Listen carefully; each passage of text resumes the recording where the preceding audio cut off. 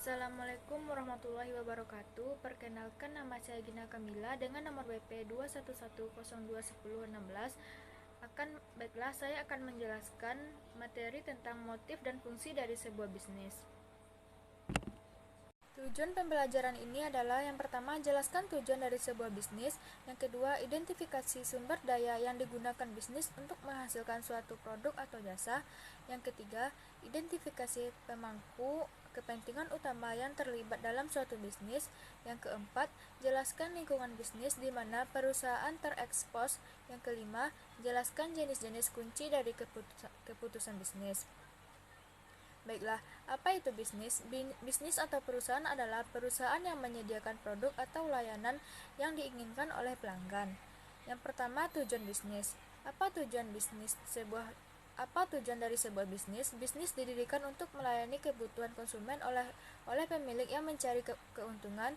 Orang-orang yang menciptakan bisnis mungkin melihat peluang untuk menghasilkan produk atau layanan yang belum ditawarkan oleh perusahaan lain, atau mereka mungkin percaya bahwa mereka dapat menghasilkan produk atau layanan yang dapat mereka jual dengan harga lebih rendah daripada perusahaan yang ada.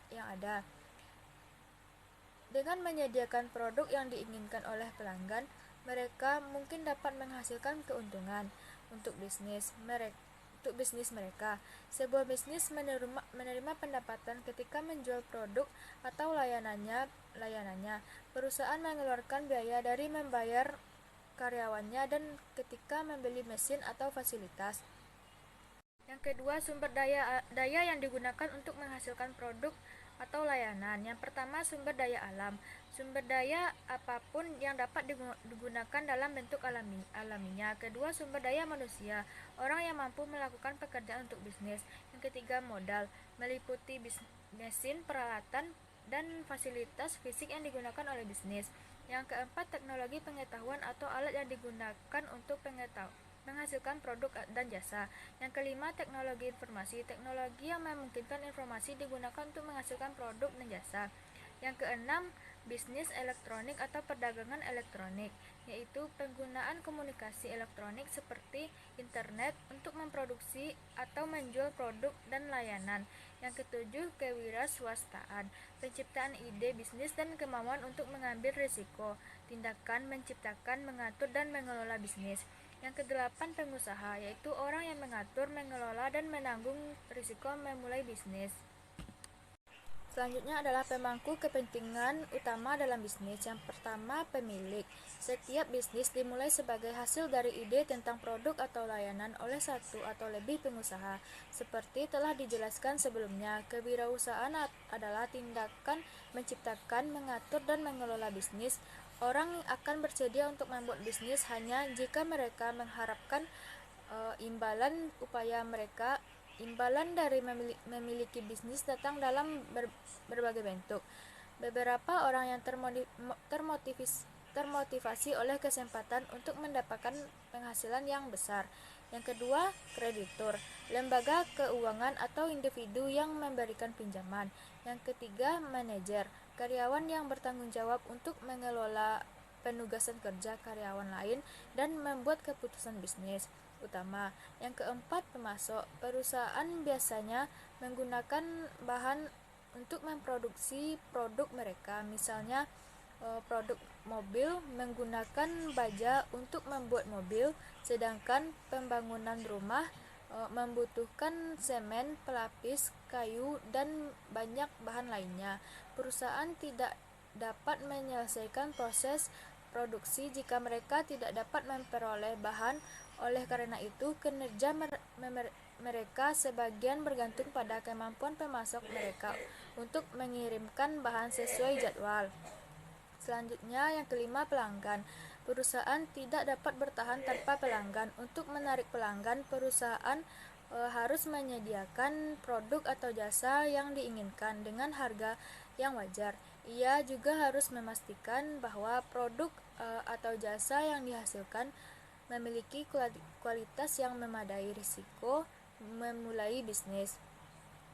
Materi selanjutnya adalah lingkungan bisnis. Yang pertama, lingkungan sosial. Lingkungan sosial yang mencakup demografi dan Preferensi konsumen mewakili kecenderungan sosial dihadapi bisnis, yaitu demografi atau karakteristik populasi berubah dari waktu ke waktu. Yang kedua, lingkungan industri. Lingkungan industri mewakili kondisi di dalam industri perusahaan di mana perusahaan terpapar.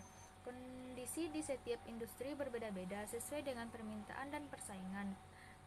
Perusahaan mendapatkan manfaat dari berada dalam industri yang mengalami permintaan konsumen yang tinggi untuk produknya. Misalnya, permintaan ponsel sangat tinggi, namun industri yang memiliki permintaan tinggi terhadap produknya juga cenderung memiliki persaingan yang cukup besar karena banyak perusahaan yang masuk ke dalam industri tersebut. Yang ketiga, lingkungan ekonomi. Kondisi ekonomi memiliki pengaruh yang kuat terhadap kinerja masing-masing bisnis. Ketika ekonomi kuat, lapangan kerja tinggi, dan kompensasi yang dibayarkan kepada karyawan juga tinggi, karena orang memiliki pendapatan yang relatif baik dalam kondisi ini. Mereka membeli sejumlah besar produk. Yang keempat, lingkungan global. Lingkungan global dapat mempengaruhi semua perusahaan secara langsung atau tidak langsung.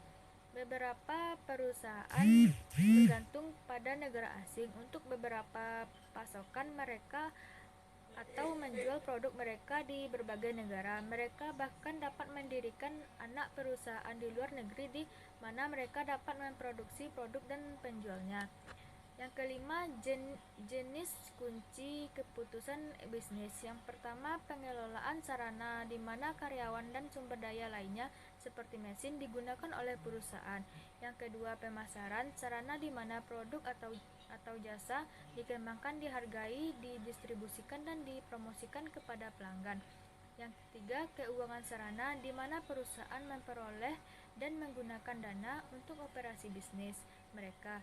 Yang keempat, akuntansi, ringkasan dan analisis kondisi keuangan perusahaan. Dan yang kelima, sistem informasi. Sistem informasi termasuk teknologi informasi, orang dan prosedur yang bekerja sama untuk memberikan informasi yang tepat kepada karyawan perusahaan sehingga mereka dapat membuat keputusan bisnis. Sekian penjelasan dari saya. Assalamualaikum warahmatullahi wabarakatuh.